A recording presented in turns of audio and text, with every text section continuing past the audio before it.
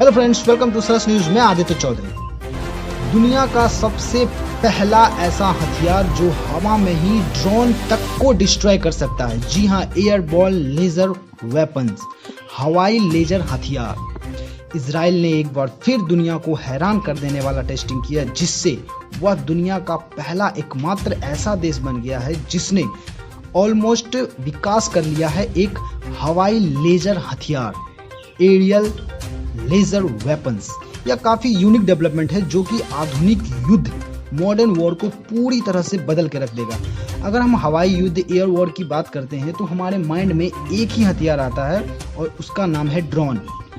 यहाँ पे टर्की और चीन लगातार तरह तरह के ड्रोन की डेवलपमेंट कर रही है, लेकिन इजराइल की जो ये लेजर सिस्टम है यह फ्यूचर में ड्रोन को पूरी तरह से नाकाम करके यूजलेस बना सकती है। इतिहास में पहली बार इजरायली मिनिस्ट्री ऑफ डिफेंस और Israeli company Elbit system limited, इन दोनों ने मिलकर इजराइल डिफेंस फोर्स IAF की एक लेजर वेपन टेस्टिंग की है जिसका नाम है high power laser system.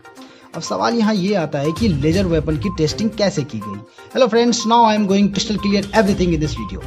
Testing के दौरान उन्होंने एक प्लेन में लेजर वेपन्स को फिक्स किया और AIF के ग्राउंड से उसे उड़ाया गया। कुछ देर बाद एक ड्रोन को लॉन्च किया गया और इनकी कोशिश यह थी कि वेपन्स जो है वो ड्रोन को हवा में ही लॉक करके डिस्ट्रॉय कर दिया जाए। और लेजर वेपन के फायर होते ही देखते कुछ सेकंड बाद ड्रोन पूरी तरह से डिस्ट्रॉय हो गया।